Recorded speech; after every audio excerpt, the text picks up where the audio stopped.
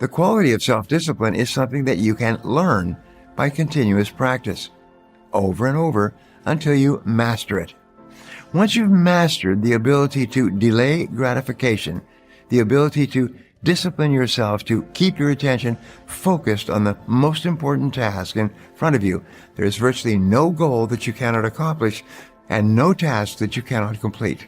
I have studied successful men and women for more than 40 years. And in the simplest of terms, successful men and women are those who work almost all the time on high-value tasks.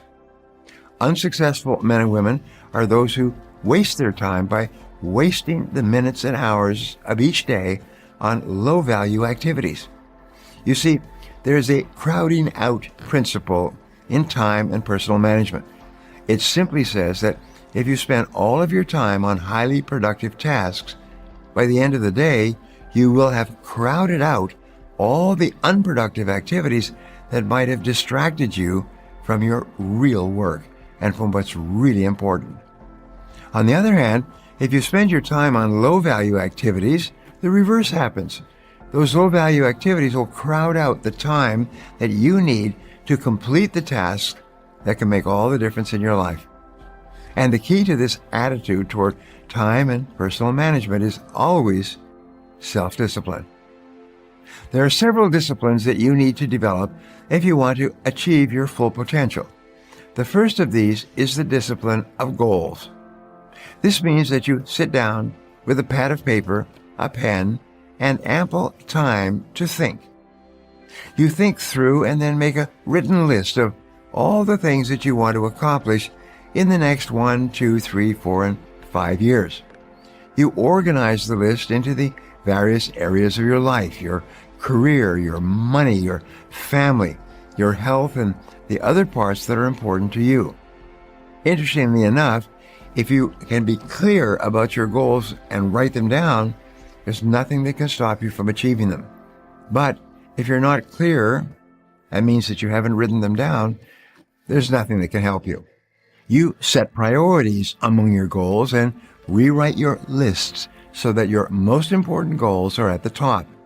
You then take a separate sheet of paper and you make a list of all the things that you can think of doing right now to move you toward the attainment of your most important goals.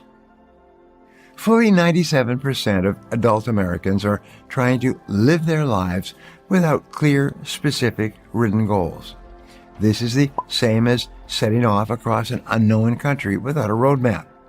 You may get somewhere eventually, but it will take you much longer, and it's far more likely that you will get lost and waste an enormous amount of time than if you planned your trip carefully with a roadmap and full information about the future terrain before you started out.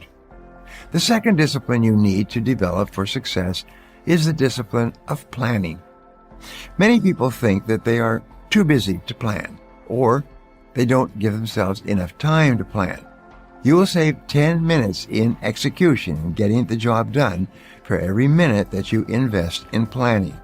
You will get a 1,000% return on your time investment by taking the time to think through in advance what you are going to do in the hours and days ahead. Set aside 15 minutes per day, every day, to work towards your goals. Block this time off somewhere in your schedule or planner. Treat this time block as you would any standing appointment and show up on time every time. If you think 15 minutes per day doesn't sound like very much, just consider that after 1 month, you will have spent 7 hours of dedicated time working towards your most important goal. After 1 year, you'll have spent 84 hours on your major goal, over 2 weeks of full-time work. Commit yourself to small increments of time and don't allow yourself to make excuses or get distracted. Anyone can carve out at least 15 minutes of their day to work on something that's important to them. If you keep showing up, you'll be amazed at what you can accomplish in a week or a month or a year. My next hack to improve self-discipline is to get an accountability partner. Finding an accountability partner is a powerful and simple way to build self-discipline and accomplish all your goals. An accountability partner is someone who knows the goal that you are working on and will help you to stay focused. They can check in with you periodically to make sure you're staying on track, and you can check in with them to help them to achieve their goal. Why are accountability partners so helpful? Well, many of us find it easier to let ourselves down than to let someone else down. If we keep all of our goals private, nobody will know but us if we abandon them. But if we tell someone about our goals, we will also have to tell them when we give up.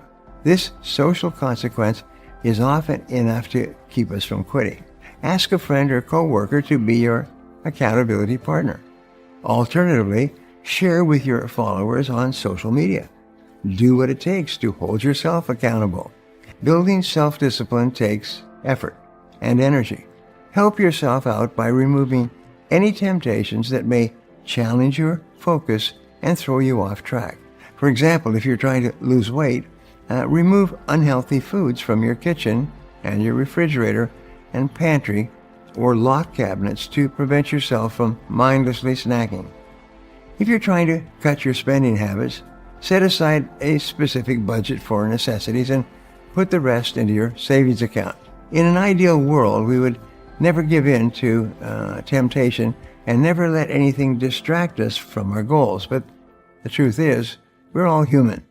Instead of wasting energy on trying to resist distractions and roadblocks, we're better off setting up our environment in a way that makes those temptations unavailable to us in the first place. My next hack for self-discipline is to remind yourself of your why.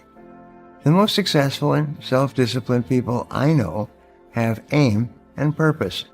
They focus all of their energy on their highest priority tasks, and they don't waste time on unproductive activities.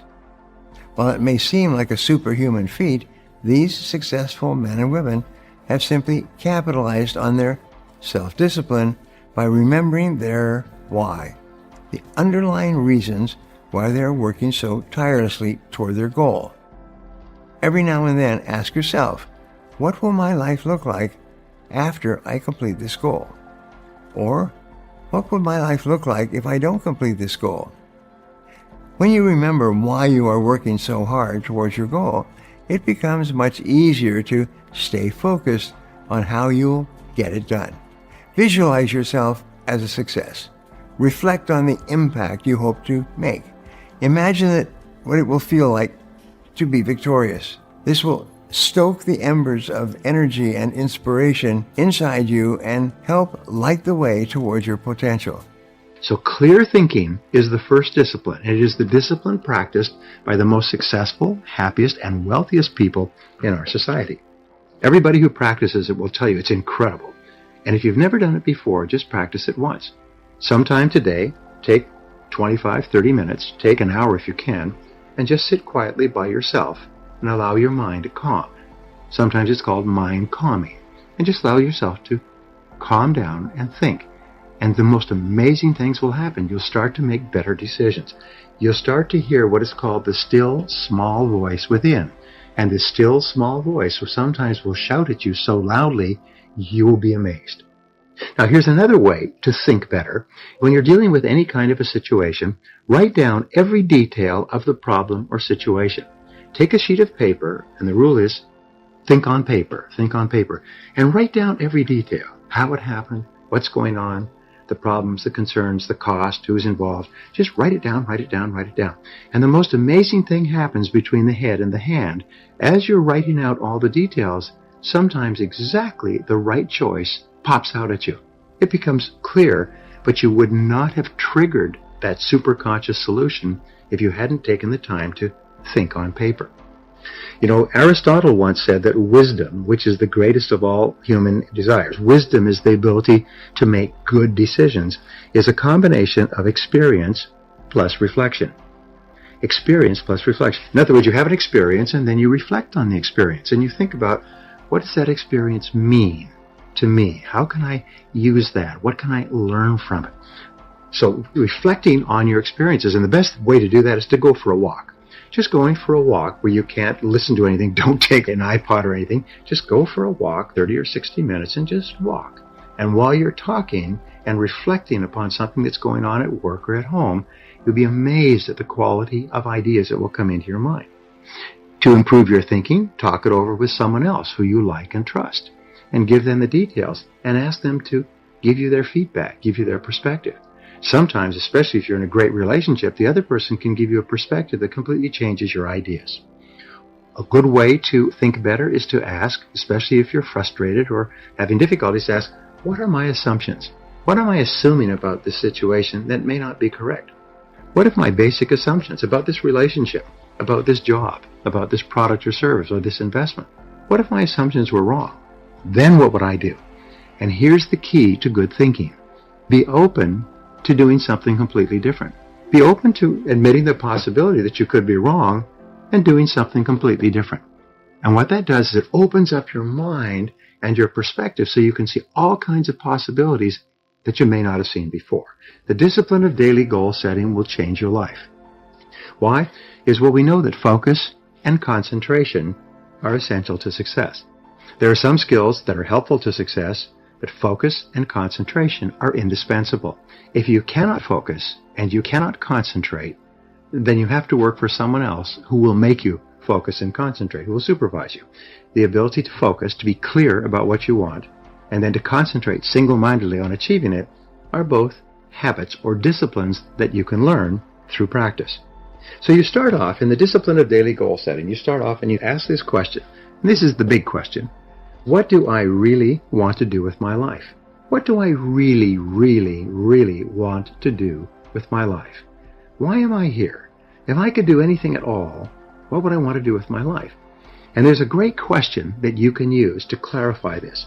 Most people think in a very fuzzy way about what they want to do with their life because they're preoccupied with all of their problems in life. So what you do is you remove all your problems by asking yourself this question. Imagine that I received $10 million cash today, tax-free, in the bank. But at the same time, I got a diagnosis from the doctor that said that you're going to die in 10 years. You'll have superb physical health for 10 years, but you're going to die in 10 years. So if you had $10 million in the bank, which means you had no financial worries, and you had 10 years to live, what would you really want to do with your life?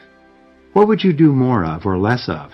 What would you start up or what would you stop completely? What would you get into or get out of if you had $10 million and 10 years to live?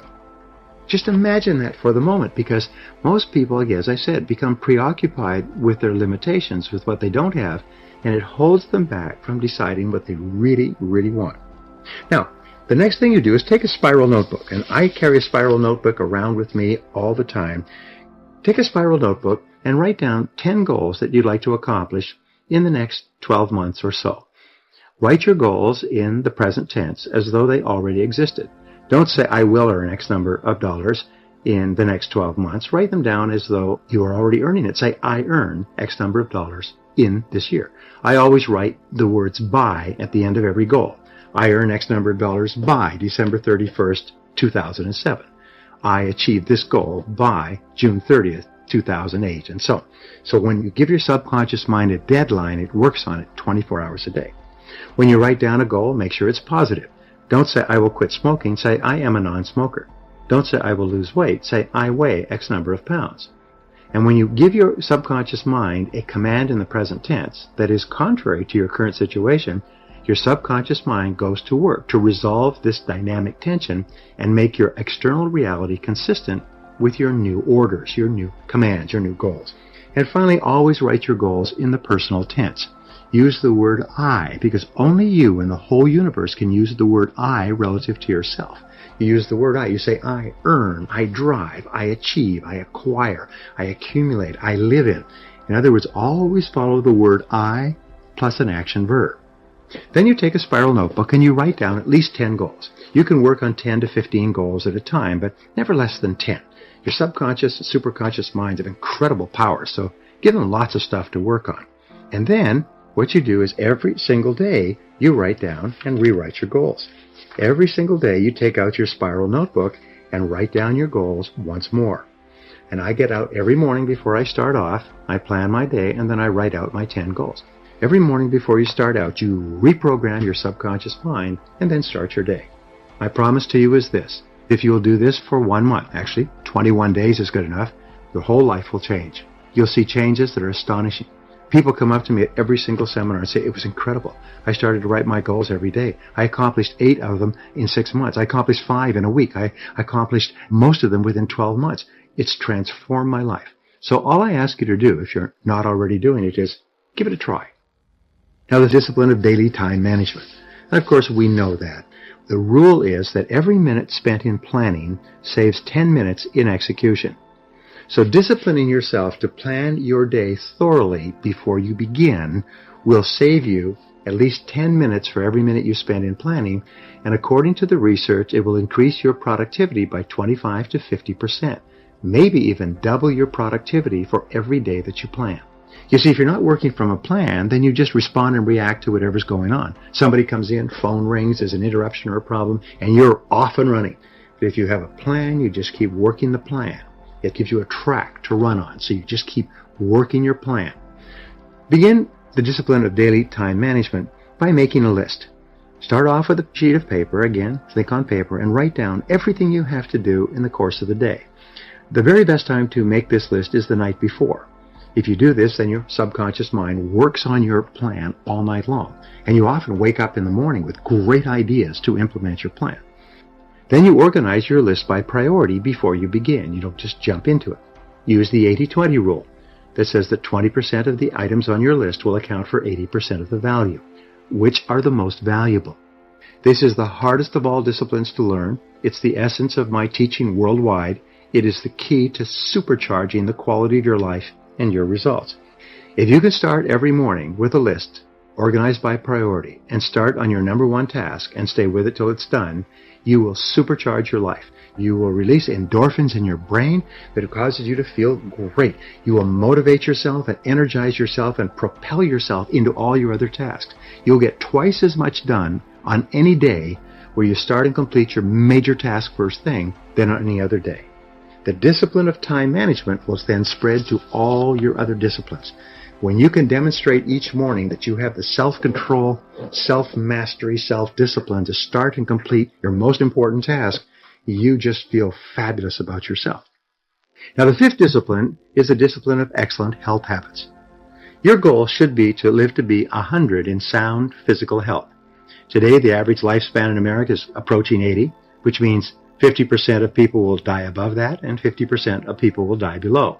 Since you are smarter than the average, you're more knowledgeable, you're better informed, you're probably going to smash that average and live to be 90, 95, 100 years old. So set 100 as your goal and say to yourself, okay, I want to live to be 100 in great shape. What would I have to do? What kind of shape would I have to be in? What kind of life would I have to live physically in order to get there?